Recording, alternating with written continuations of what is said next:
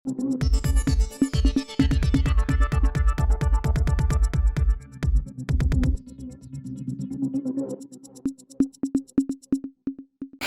Sir. Sir வணக்கம். Election நோக்கி தமிழ்நாடு அரசியல் களம் வேகமாக இயங்கிட்டு இருக்குன்னு பார்க்குறோம். தாவேகா வர்சஸ் அதிமுக இந்த கூட்டணி இணையுமா? இந்த ரெண்டு கட்சிகளும் கூட்டணிக்காக இணையுமா அல்லது அதிமுக பாஜக தான் பயணிக்குமா அப்படிங்கிற ஒரு டிஸ்கஷன் வந்து பேசப்படக்கூடிய விஷயமா இருக்குது. நேற்றுக்கு வந்திருக்க செய்திகள்லாம் என்னவா இருக்குது அப்படின்னு பார்த்தீங்கன்னா, தாவேகா வந்து அதிமுக இணைஞ்சு பயணிக்கலாம், அதுதான் தாவேகாவுக்கு சரியான மூவ் அப்படிங்கிற மாதிரி சொல்கிறாங்க. அதிமுகவும் சரியான மூவ் அப்படிங்கிறாங்க. ஆனால் பாசிபிலிட்டிஸ்லாம் எப்படி போயிட்டு சார், நீங்கள் எப்படி பார்க்குறீங்க? இல்லை, இப்போ இருக்க சுச்சுவேஷனில் ஏடிஎம்கே பிஜேபி அலையன்ஸுக்கு தான் வாய்ப்புகள் அதிகம் மாதிரி எனக்கு தோணுது. ஏன்னா பிஜேபி ஒருபோதும் அதிமுக விஜயோட போது அனுமதிக்காது. அதிமுக விஜய் கூட்டணி வந்ததுன்னா தமிழ்நாட்டில் ஆட்சி மாற்றத்தை கொண்டு வந்துடும், எந்த சந்தேகமும் வேணாம். திமுக தோற்கடிக்கப்பட்டு கண்டிப்பாக ஆட்சி மாற்றம் ஏற்படும் அதிமுக விஜய் கூட்டணி அமைந்தால். அப்படி இல்லாமல் விஜய் தனியாக சீமான் தனியாக திமுக கூட்டணி இப்போ இருக்குது, அதிமுக தலைமையில் பாஜக எல்லாம் சேர்ந்தால் கூட கடுமையான போட்டி இருக்குமே ஒழிய ஆட்சி மாற்றத்தை கொண்டு வர முடியாது. தமிழ்நாட்டில் அடுத்து யார் ஆட்சி அமைஞ்சாலும் அதில் பிஜேபிக்கு பெரிய ரோல் இருக்கணும்னு பிஜேபி விரும்புது. அதனால் விஜயை கொண்டு போய் அதிமுகவோட சேர்த்துட்டு அவன் பிஜேபி வாயில் லாலிபாப்பை வச்சுக்கிட்டு சூப்பிக்கிட்டு இருக்காது. அதனால் அதை தடுப்பதற்கான எல்லா வேலைகள்லையும் பிஜேபி ஈடுபடும். திமுகவுக்கு விஜய் அதிமுக கூட்டணி உருவாவதில் எந்த அளவுக்கு கலக்கம் இருக்கிறதோ அதற்கு இணையான கலக்கம் பாஜகவுக்கும் இருக்கிறது. ரெண்டு தரப்பும் திமுகவும் பிஜேபியும் விஜய் அதிமுக கூட்டணி உருவாகாமல் தடுப்பதற்கு எந்த எல்லைக்கும் போவார்கள். இவங்களிடம் மாநில அரசு, மாநில உளவுத்துறை இருக்குது, பல ஆயிரம் கோடி பணம் இருக்குது. திமுக கிட்ட, மோடி கவர்மெண்ட்டுக்கிட்ட மத்திய உளவுத்துறை இருக்குது, பல லட்சம் கோடி பணம் இருக்குது. அதனால் இந்த ரெண்டு எதிரிகளை சமாளித்து தான் அதிமுகவும் பிஜேபியும் விஜயும் கூட்டணி அமைக்கணும். இதில் எடப்பாடிக்கு விஜயோட கூட்டணி போகிறது தான் விருப்பம். ஆனால் அவருடைய கட்சியில் ஏற்பட்ட அழுத்தம் ப்ளஸ் குடும்பத்துக்குள்ளேயும் அவருக்கு அழுத்தம் ஏற்பட்டிருக்கிறது என்று சொல்லுகிறார்கள். அவர் மெல்ல மெல்ல பாதை மாற ஆரம்பித்திருக்கிறார். விஜய் அதிமுக கூட்டணிக்கான வாய்ப்பு என்பது இல்லை என்பதுதான் என்னுடைய இப்போதைக்கு கருத்து. நாளைக்கு வேறு ஏதாவது நிகழ்ந்தால் ஒழிய பிஜேபியோடு போகுவதில் அதிமுகவில் எடப்பாடிக்கு சுத்தமாக விருப்பமில்லை. தொண்டர்களில் 90% விருப்பமில்லை. ஆனால் இரண்டாம் கட்ட தலைவர்கள் பெரும்பாலானவர்கள் பிஜேபியோட போகணுன்றாங்க. ஏன்னா சொத்தை காப்பாற்றிக்கிறதுக்கு. இதுதான் இப்போ இருக்கக்கூடிய சிக்கல். ஆனால் சார், இப்போ இந்த பக்கத்துலேருந்து வரக்கூடிய செய்திகள் என்னவா இருக்குது அப்படின்னா, நேற்றுக்கு வந்த செய்திகள் என்னவா இருக்குன்னா, விஜயுடைய கட்சியினுடைய நிர்வாகிகிட்ட வந்து இபிஎஸோட மகன் வந்து பேசலாம் அப்படின்ற அளவில் மூவ் பண்ணிகிட்டு இருக்காரு. விஷயத்தை வந்து நம்ம 2 பேரும் கூட்டணி அமைக்கிறதுனா மூவ் வந்து எடுக்கலாம் அப்படின்ற மாதிரி செய்திகள் வந்துட்டுருக்கு. அதே மாதிரி தாவேகாவுக்கும் விஜய்க்கும் அவருக்கும் கொடுக்குற அறிவுறுத்தல் என்னவா இருக்குன்னா, நம்ம வந்து இவங்களோட பயணிக்கிறது மூலமாக ஃபஸ்ட்டு இந்த முறை வந்து நம்ம வந்து ஆட்சி அதிகாரத்தில் பங்கு அப்படின்ற மாதிரி ஏதோ ஒரு இடத்துல போய் உட்காருவோம். அடுத்த முறை நம்ம தனித்து வந்து முதல்வர் வேட்பாளர் அப்படின்ற களம் காணி அதன் அடிப்படையில் போவோம். ஃபஸ்ட்டு போய் நம்ம இவங்களோட ஜெல்லாகுவோம் அப்படிங்கிற விஷயத்தை இவருக்கு பல தரப்புல வந்து விஜய்க்கு வந்து ப்ரெஷர் வரதா செய்தியில் வந்துட்டுருக்கு. அவர் விஜய் என்ன மூவ் எடுப்பார் இந்த விஷயத்தில்? அவர் என்ன மூவ் எடுப்பார்? அவர் என்ன மூடில் இருக்காருன்னு தெரியல. ஆனால் விஜய் கட்சியில் இருக்கவங்களுக்கு ஏடிஎம்கே இல்லைன்னா ஜெயிக்க முடியாதுன்ற புரிதல் இருக்குது. விஷயம் புரிஞ்சவங்களுக்கு. விஷயம் புரியாதவங்களுக்கு விஜய் தனியாக நின்று ஜெயிச்சிருவான்னு கனவு காண்றாங்க. தனியாக நின்று எவனும் ஜெயிக்க முடியாது தமிழ்நாட்டில். இதை புரிஞ்சுக்கோங்க. திமுக என்னைக்கா தனியாக நின்றுன்னு சொல்லியிருக்கா? யாராவது பேசியிருக்கானா? இன்றைக்கி தாவேக்காக புத்தி சொல்கிற பிரசாந்த் கிஷோர் திமுக தனியாக நிற்கணும்னு புத்தி சொல்லியிருக்காரா?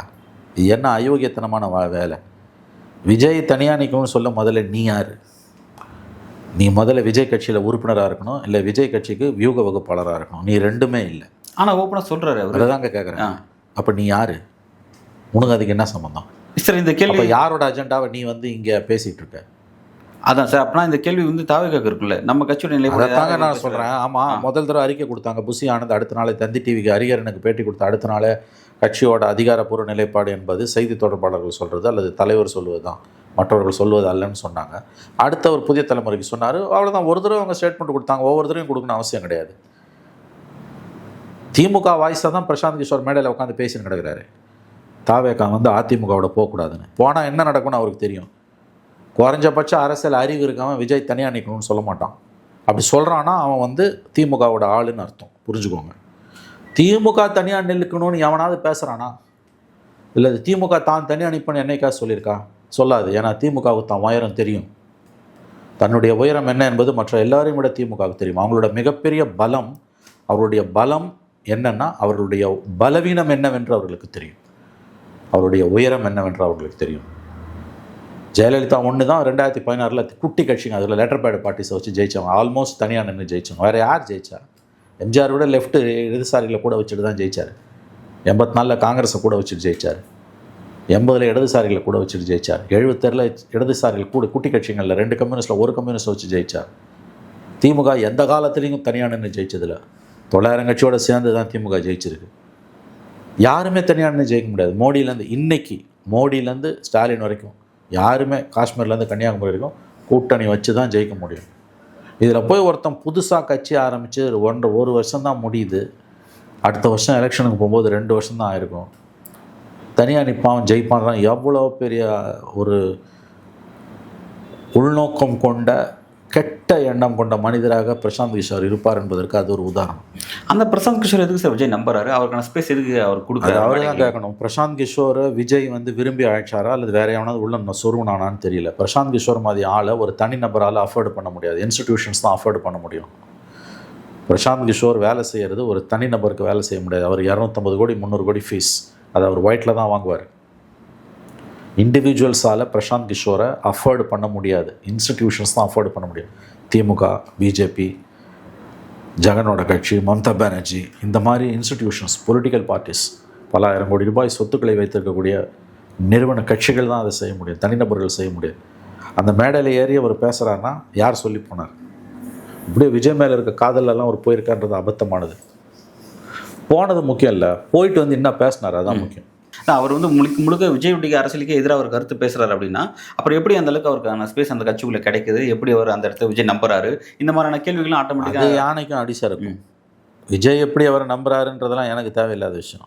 இவர் பேசுறது யாருக்கு லாபத்தை கொடுக்கும்? விஜய் தனியாக நிற்கணும்னு சொல்கிறதால யாருக்கு லாபம்னு பார்த்தீங்கன்னா பிரசாந்த் கிஷோர் யாரோட ஆளுன்றது உங்களுக்கு புரியும். ஏன்னா விஜய் தன்னோட முதல் அரசியல் மாநாட்டில் நான் கூட்டணி தயாராக இருக்குன்னு சொல்லி அந்த மாநாடே கூட்டணி அழகாக சொன்னீங்க. தன்னுடைய முதல் அப்பியரன்ஸில் அவருடைய டேக்அவே, அவருடைய மெசேஜ், தமிழ்நாடு அரசியல் கட்சிகளுக்கு அவர் கொடுத்த மெசேஜ், நான் கூட்டணிக்கு தயார்.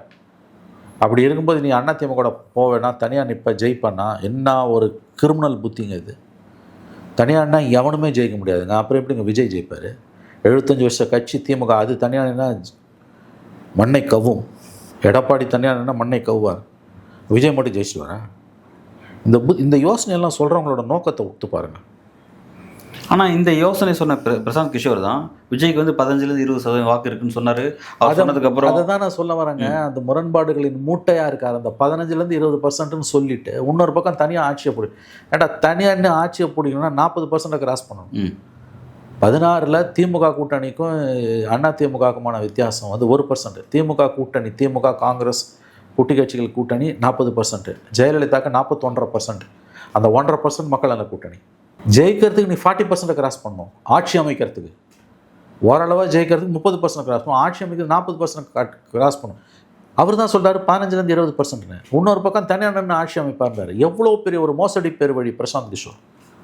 எவ்வளோ பெரிய ஒரு முரண்பாடை சொல்லிட்டு சாதாரணமாக ஒரு ஆளை தப்பிச்சு போக முடியும். நீ தான் சொல்கிற 15-20% தனியார் ஜெயிப்பாருன்னு சொல்கிற. எப்படா ஜெயிப்பார்? இது ரெண்டில் ஏதாவது ஒன்று தான் உண்மையாக இருக்க முடியும். அவருக்கு 15% ஓட்டுக்கு மேலே இருக்குன்னு நான் உறுதியாக நம்புகிறேன். அந்த ஸ்டேட்மெண்ட் கரெக்ட். அது அப் டு 20 கூட வரைக்கும் கூட போகலாம். எஸ், அந்த ஸ்டேட்மெண்ட்டில் எனக்கு முழு உடன்பாடு. ஆனால் தனியாக என்ன அது சைபர்னா அதுக்கு எந்த பிரயோஜனம் கிடையாது. அந்த அன்டெஸ்டிங் ஓட்டை நீங்கள் எப்படி சார் நம்புறீங்க? இல்லை, அன்டெஸ்டிங் ஓட்டெல்லாம் கடைசி நேரத்தில் அவருக்கு வரும்னு சொல்ல முடியாது விஜய்க்கு. அது அங்கங்கே ஸ்ப்ரே ஆகும். இல்லை அந்த 50%, 15%, 20% சொல்லி நீங்கள் நம்புறீங்களா தான் கேட்குறேன். இல்லை, அது உண்மையிலேயே எல்லா கட்சிகள் மேலேயும் வெறுப்புள்ளவங்க இருக்காங்க அவருக்கு. அந்த 15-20% மினிமம் 15% அவருக்கு விழுவும் நான் நம்புகிறேன். எப்படியாவது அது விழுந்துடும். அதை வச்சு என்ன பண்ணுறது? ஒரு தொகுதியில் ஜெயிக்கிறதுக்கு நீ 30% வேணும். ஆட்சி அமைக்கலாம் 40% வேணும்யா. எதிர்க்க 4 உடையதுனா 35% வேணும். எங்கே இருக்குது உனக்கு? தன் வார்த்தைகளை தானே மென்று மிழுங்கி தன் மீது தானே துப்பிக் கொள்ளுகிறார் பிரசாந்த் கிஷோர். 15-20% தான் ஆட்சி அமைப்பாருன்ற. என்ன இதெல்லாம்? எதுக்காக இந்த வேஷம் உனக்கு? உங்களுக்கு எதற்காக இந்த வேஷம்? யாரை திருப்திப்படுத்த நீங்கள் இந்த பேச்சுக்களை பேசுகிறீர்கள்? அதனால தான் நான் சொன்னேன் 2020-21 திமுகவுக்கு நேரடியாக வேலை செஞ்ச பிரசாந்த் கிஷோர் 2025-26 திமுகவுக்கு மறைமுகமாக வேலை செய்கிறார். திமுகவின் அஜெண்டாவை இன்றைக்கு செயல்படுத்தி கொண்டிருக்கிறார் பிரசாந்த் கிஷோர். அவருடைய பேச்சுக்களால் பலனடைய போவது யாருன்னு பார்த்தீங்கன்னா அவர் யார் என்று உங்களுக்கு புரியும். ஆனால் இதே பிரசாந்த் கிஷோர் தான் விஜய்க்கு 15-20% இருக்குன்னு சொன்னார். அதை சொன்னதுக்கு அப்புறம் தான் வெளியே பேசப்பட்ட விஷயம் என்ன வருந்துச்சுன்னா விஜய்க்கு இவ்வளோ ஸ்ட்ரென்த் இருக்கா, அப்போ விஜயோட நான் அலைன்ஸ் வைக்கலான்ற இடத்துக்கு வந்து ஏடிஎம்கே இன்னும் கொஞ்சம் ஃபுல் ஃப்ளெஜ்டாக மூவ் பண்ணுவோம் அப்படின்ற ஒரு மூவ் எடுத்ததாக வந்து சொல்லப்படுச்சு அந்த ரிப்போர்ட். அதெல்லாம் சும்மா கதைங்க. 15-20% அவர் சொன்ன பிறகுதான்லாம் தெரியாது. அதெல்லாம் ஏடிஎம்கேக்கெலாம் அசஸ்மெண்ட் இருக்கும். எல்லா கட்சிகளுக்கும் அந்த அசஸ்மெண்ட் இருக்கும். வெளியில் சொல்கிறத வச்சு தான் அவங்களுக்குலாம் பிரசாந்த் கிஷோர் என்னமோ உலகமாக அறிவாளி, அவர் சொன்ன பிறகு தான் இந்த தமிழ்நாட்டில் அரசியலை பற்றின புரிதல் எல்லாருக்கும் வருது, விஜய்க்கு இருக்கக்கூடிய செல்வாக்கை பற்றின புரிதல் எல்லாருக்கும் வருதுன்றது அபத்தமானது. விஜயை பார்த்து திமுக அஞ்சுவது நடுங்குவது உண்மை. ஏன்னா விஜய்க்கு 15-20% இருக்குன்றது திமுகவோட இன்டர்னல் சர்வேலேயே அவங்களுக்கே தெரியும். அதே மாதிரி அதிமுகவுக்கும் தெரியும். ஆனால் வெளியில் திமுக அதை ஒத்துக்காது. அவருக்கு 8% ஓட்டு இருக்குது, 10% ஓட்டு இருக்குன்னு பம்முவாங்க. ஆக்சுவலாக அது என்னன்றது அவங்களுக்கு தெரியும். பிரசாந்த் கிஷோர் போட்டு உடைச்சிட்டாரு. எதுக்கு உடைச்சாரு? தப்பி தவறி கூட ஏடிஎம்கேவும் விஜயும் ஒன்று சேர்ந்துடக்கூடாது. சேர்ந்தாங்கன்னா திமுக காலி. அதனால் விஜயை பிரித்து உசுப்பி விட்டு முட்டு சந்திரன் கொண்டு போய் நிறுத்தணும். நீ தான் சொல்கிற 15-20%. அப்புறம் எப்படி அவன் ஆட்சி அமைப்பான்? ஆனால் நீங்கள் குறிப்பிட்றீங்க வந்து விஜயை பார்த்து திமுக அஞ்சுகிறது நீங்கள் குறிப்பிட்றீங்க, நடுங்குதுன்னு சொல்லி நீங்கள் குறிப்பிட்றீங்க. ஆனால் வந்து விஜய் வந்து அந்த திமுகன்ற பேரை உச்சரிக்கிறதுக்கோ இல்லை திமுக பேரை பாஜக பேரை சொல்கிறது அரசியலில் அப்படியே அந்த ஒரு அவர் தான் ஒரு நடுக்கத்துக்கு உண்டான ஒரு அரசியல்வாதி மாதிரி தன்னை காமிச்சாங்க. என்னங்க நீங்கள் ரொம்ப சாதாரணமாக குழந்தை மாதிரி கேள்வி கேட்குறீங்க. இந்த மாதிரியான ப்ராக்சிஸ் வந்து தங்களுடைய அடையாளத்தை மறைத்துக் கொள்வார்கள். நான் அதை தான் உங்களுக்கு சொன்னேன். விலாவரியாக திரும்ப திரும்ப நான் சொல்கிறேன், நீங்கள் அதையும் திரும்ப திரும்ப கேட்குறீங்க. ஒருத்தன் இந்த மாதிரி வித்தியாசமாக பேசும்போது அவன் யாருன்றதை புரிஞ்சுக்கிறது ரொம்ப ஈஸி. அவனுடைய அந்த கருத்தால் அந்த வியூகத்தால் பலனடைய போகிறவர்கள் யாருன்னு பார்த்தீங்கன்னா அவன் யாருன்னு புரிஞ்சுக்கலாம். சரி, நான் விஜய் குறித்து நான் கேள்வி கேட்குறேன். அதிமுக விஜய் கூட்டணி இருங்க, அதிமுக விஜய் கூட்டணி வராது, இவர் தனியாக நின்று ஆட்சியை பிடிப்பாருன்னு சொல்லக்கூடியவரால் பலனடைய போகிறவர்கள் யார்? வெளிப்படையாக இப்போ திமுக அப்படிங்கிறது தெரிஞ்ச விஷயம். இவர் யாரோட ஆள்? யாரோட ஆள்? யார்? விஜய். இப்போ பிரசாந்த் கிஷோர் யாரோட ஆள்? சார், பிரசாந்த் கிஷோர் பற்றி எனக்கு நான் கேள்வி கேட்கல சார். என் கேள்வி விஜய் பற்றி தான் கேள்வி இருக்குது. நான் என்ன கேள்வி என்ன கேட்டேன்னா, விஜயை பார்த்து திமுக பயப்படுது அப்படின்னா, ஆனால் இந்த விஜய் தான் இப்போ அரசியல் வெளிப்படை அரசியல் செய்ய பயந்துட்டு இருக்காரு. இவரை பார்த்து எதுக்கு திமுக பயப்படும் அப்படிங்கிறது? விஜயை பார்த்து திமுக, நல்ல கேள்வி. விஜயை பார்த்து திமுக பயப்படுன்றது சத்தியம். திமுக மனசாட்சி உள்ள அறிவுள்ள திமுககாரனுக்கு நான் சொல்வது புரியும், ஃபர்ஸ்ட் ஃபேமிலிக்கு புரியும். வெளிப்படையாக ஒத்துக்க மாட்டாங்க. விஜய் ஒன்றும் பெரிய தைரியசாலியெல்லாம் கிடையாது. விஜய்க்கு வந்து அவரால் தாங்க முடியாத அளவுக்கு ஒரு செல்வாக்கு இருக்குன்னு நான் நம்புகிறேன். இன்னைக்கு அவருக்கு உண்மையிலேயே ஒரு செல்வாக்கு இருக்குது. எந்த சினிமா நடிகரும், எம்ஜிஆருக்கு பிறகு அவரை விட்டுருங்க, அவர் வேறு கேட்டகரி, அதற்கு பிறகு தமிழக அரசியலுக்கு வந்த 3 முக்கியமான நடிகர்களை நாம் பார்க்க வேண்டியது சிவாஜி கணேசன், விஜயகாந்த், கமலஹாசன். நான் சிவாஜியை ஓரளவு பார்த்துருக்கேன். ஆனால் ரொம்ப கூர்மையாக பார்த்தது கமலையும் விஜயகாந்தையும். கண்டிப்பாக இன்றைக்கி விஜய்க்கு இருக்கக்கூடிய செல்வாக்கு அவங்களுக்கு கிடையாது. எல்லா கட்சிகளுமே விஜய்க்கு வந்து ஒரு அபரிதமான செல்வாக்கு இருக்குது. அதில் பெரும்பாலானது ஓட்டாக மாறும் நான் நம்புகிறேன். அவர் ஜெயிக்கலாம் முடியாது, மறுபடியும் சொல்லலாம், அவர் டிஸ்ரப்டராக இருப்பார், அவர் வெற்றியாளராக மாற முடியாது. ஆனால் அவர்கிட்ட ஒரு அபரிதமான செல்வாக்கு இன்றைக்கி இருக்குது. அடுத்த ஓராண்டுக்கு அதை அவர் எப்படி தக்க வைக்க போகிறாரு, ஓட்டாது எப்படி மாறப்போகுது, அதெல்லாம் சேலஞ்சு. பட் இன்றைக்கி அவருக்கு ஒரு மிகப்பெரிய ஒரு செல்வாக்கு இருக்குது அப்படின்றத நான் உறுதியாக நம்புகிறேன். அது திமுகவுக்கு மிகப்பெரிய கலக்கத்தை கொடுக்குது. அவ்வளோ ஈஸி இல்லை விஜய் ஜெயிக்கிறது. ஆனால் திமுகவை அவர் ஷேக்கப் பண்ணுவார். அதனால தான் நான் சொன்னேன், அவர் கெடுப்பார். ஜெயிக்க முடியுமான்னா கஷ்டம். கூட்டணி இல்லாமல் ஜெயிக்கவே முடியாது. கூட்டணி வச்சு ஆட்சி மாற்றமே உறுதி. இல்லை, அது புரிஞ்சுக்கிறேன் சார். அதாவது திமுக ஏன் வந்து அவரை பார்த்து அச்சப்படுது அப்படிங்கிற விஷயத்தை நீங்கள் என்ன விஷயத்தை பார்த்து குறிப்பிட, அவர்கிட்ட இருக்க செல்வாக்கு பார்த்து ஒரு அச்சப்படுறாங்க அப்படிங்கிறது சினிமா புகழ். ஓகே, அதை புரிஞ்சுக்கிறேன். ஆனால் வந்து நம்மளை பார்த்து ஒரு ஆளுங்கட்சி இந்த அளவுக்கு பயப்படுது, நீண்ட காலமாக ஆட்சியில் இருந்த ஒரு கட்சி, பாரம்பரியமான ஒரு கட்சி, அந்த கட்சி நம்மளை பார்த்து பயப்படுது. அப்போ அதை புரிஞ்சுக்கிட்டு அந்த ரியாலிட்டியோட அரசியல் செய்யக்கூடிய இடத்துக்கு ஏன் அவர் இன்னும் இப்போ தானே வர ஆரம்பிச்சிருக்கேன். இந்த படம் முடியுது. இப்போ இந்த படம் முடிஞ்ச பிறகு இன்னும் அதிகமாக வருவார்னு எதிர்பார்க்கப்படுது. இப்போ அடுத்த மாதம் கடலூரில் அந்த மீனவர்கள் போராட்டம் ஒன்று இருக்குது. அவர் மெல்ல களத்துக்கு வர ஆரம்பிச்சிருக்காரு. நீங்கள் அடுத்த ஒரு 3 மாதங்களில் அந்த மாற்றத்தை பார்க்கலாம். அப்போ இந்த கேள்வி கேட்டால் கரெக்டாக இருக்கும்.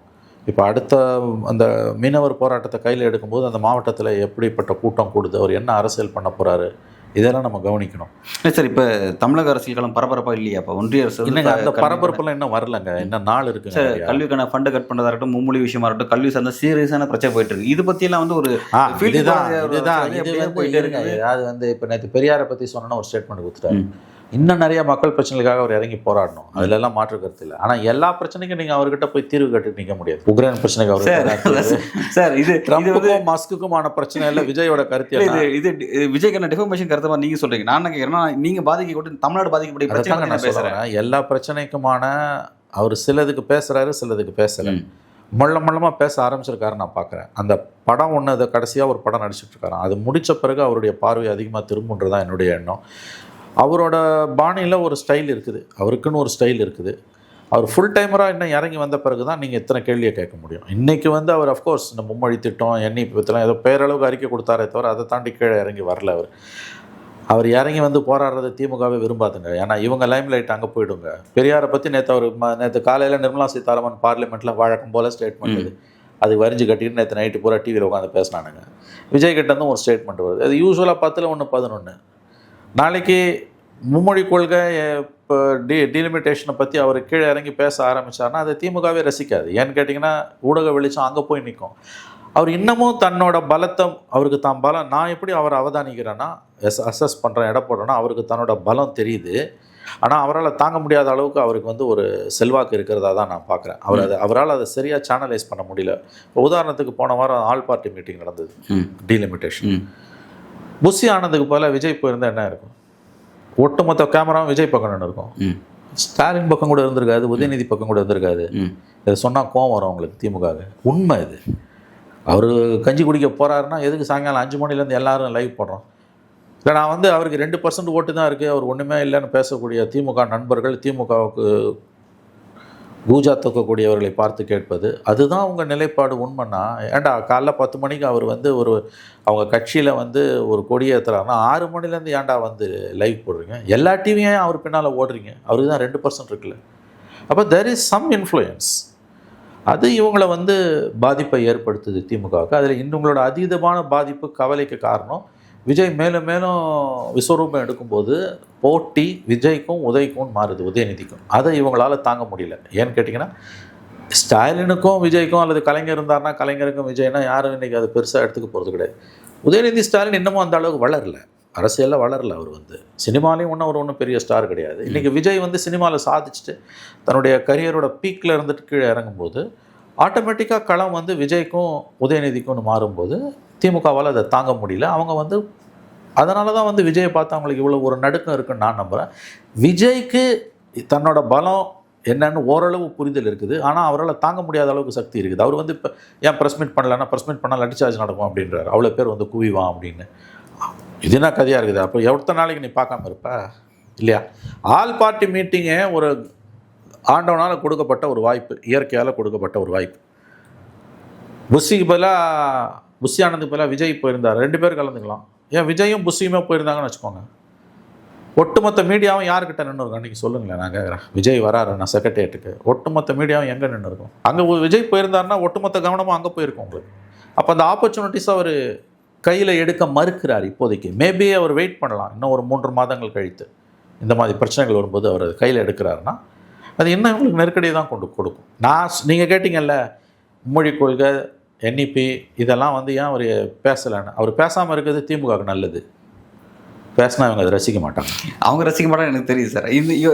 அவங்க ரசிக்கிறாங்க இந்த கவலை இவருக்கு இருக்குது. இவர் செய்ய வேண்டிய நான் அதான் நான் சொன்னேங்க. அவருக்கு ஒரு ஸ்டைல் இருக்குது. இப்போ தான் ஆரம்பிச்சிருக்காரு. மொல்லமாக களத்துக்கு வராருன்னு பார்க்குறேன் நான். ஒரே நேரத்தில் ஒருத்தன் எல்லா பிரச்சனையுமாக இழுத்து போட்டு முடியும். ஸ்பீட் ஓகேன்னு பார்க்குறீங்க? இல்லை ஓகேவா ஓகே இல்லாமல் எனக்கு தெரியாது. But there is a speed. இப்போ பரந்தூர் போனாங்க, அப்போ அடுத்து மீனவர் பிரச்சனைக்கு போகிறாரு.